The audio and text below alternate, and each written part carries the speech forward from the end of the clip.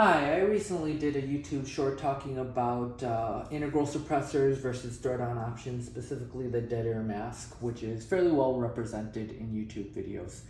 Something that's not quite as well represented is the Tacsol Paclite IV TSS integral. That's only got like 2 videos, I think, one from the manufacturer and one from Top Shot Dustin. So I thought it'd be nice if I could give you my honest thoughts and opinions, and who knows, maybe somebody will find it interesting. So, since suppression is the factor which most people use to base their purchasing decisions on, I thought I'd just go ahead and lead off with that. Between these two, the quietest one I would not even be able to tell you because they're that close together. If you are the shooter, the sound of the action cycling is pretty much the loudest sound you're going to hear, and they're both Ruger Mark IVs, so they're pretty much identical.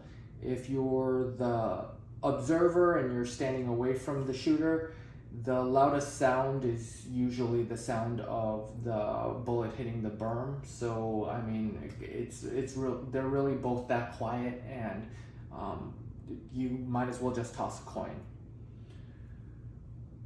Something that I wanted to talk about is barrel length, specifically as a selling point for integral suppressors in pistols. I feel like a lot of people use shortened barrel lengths in integrals as a selling point, that it turns all ammunition subsonic, and I feel like it's kind of disingenuous. It's not a panacea. You're not really told about all the cons, and I thought I'd just kind of shed light on that. The Gemtech Mist over there has like a 2.25 barrel, something like that. And honestly, I don't see really any benefits to it versus a 4-inch barrel or a 5-point-something inch barrel. Really, the trade-offs are ammo pickiness and terminal effect on target for suboptimal loads. Your cycling depends on bullet dwell time and the pressure built up behind it. So you're trading off being able to run standard velocity ammo for having to choose hypervelocity ammo, which coincidentally happens to be the more expensive ammo. Specifically in 22 LR, it's going to be mini mags, and having to get really ammo selective because that's the only thing that runs your pistol doesn't seem like a good trade-off.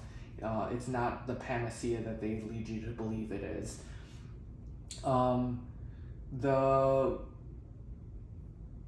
other side of that is if you're running standard velocity ammo, understanding that it might not cycle your gun, you're still bleeding off that gas and trading velocity. So standard velocity ammo in a pistol doesn't generally reach supersonic anyway, unless your altitude is varying or the temperature is getting really low. It really doesn't make any sense. And if you are under conditions where the temperature is low, or you're going different altitudes, then you can choose ammunition that specifically has lower velocity. So it's not a good selling point for me, and it just really doesn't make a lot of sense. I feel like that's just a marketing ploy. In terms of design between these two, they're very close. I feel like the superior design is the dead air mask. The way that the baffle stack is designed is to seal all of that gas internal to the baffles. So each baffle kind of clicks into the next baffle and then all the way down the line until the end cap kind of compresses everything and seals all that gas in. So it's a design that locks in all the fouling on the inside of the baffles, as opposed to the Tacsol Paclite IV, which is also a good design but doesn't do quite as well with sealing all of that fouling in. The way that it's designed is the baffle stack is covered by a sleeve, and then that sleeve is locked into place with a blast baffle, and then the end cap is screwed down on it. It does a good job under regular firing schedules and regular maintenance schedules, but I could see how under extreme duty cycles, how the fouling that does escape could lock everything in place in that particular design.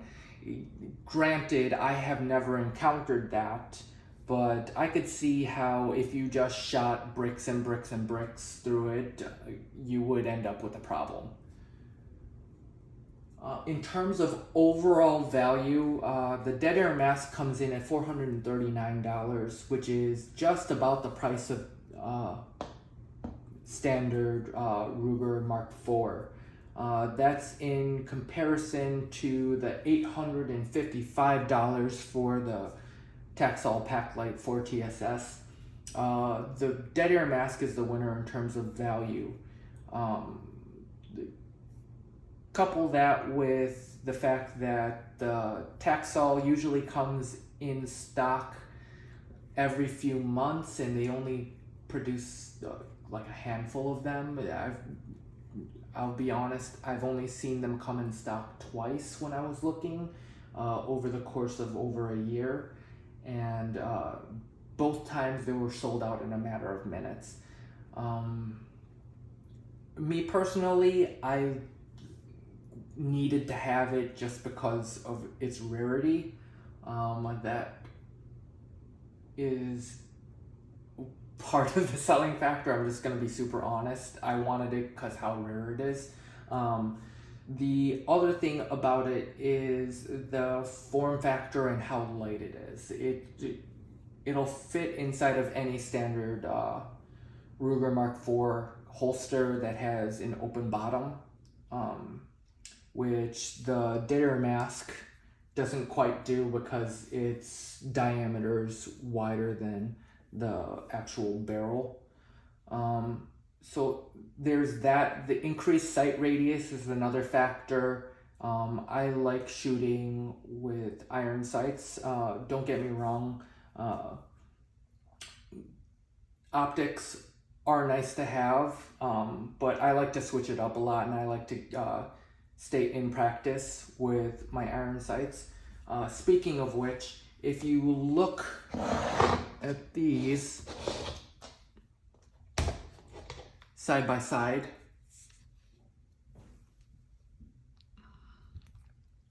if you look at where the actual screws are, the mounting pattern seems to be identical. So if I'm not mistaken, I'd be able to take this one right off of this and mount it to the Tacsol Paclite upper without a problem. I haven't had occasion to do that because I'm waiting for I believe it's Lobos Industries to restock their inventory, but if anyone was wondering, it seems to be an identical mounting pattern, so any aftermarket rail should fit.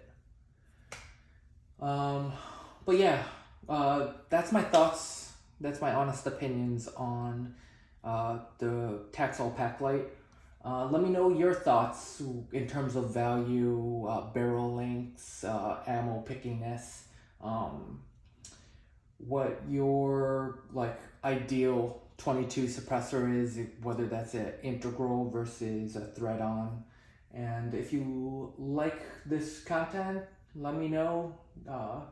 Maybe give me a thumbs up, or if you want to see more of this, go ahead and subscribe. See you guys later.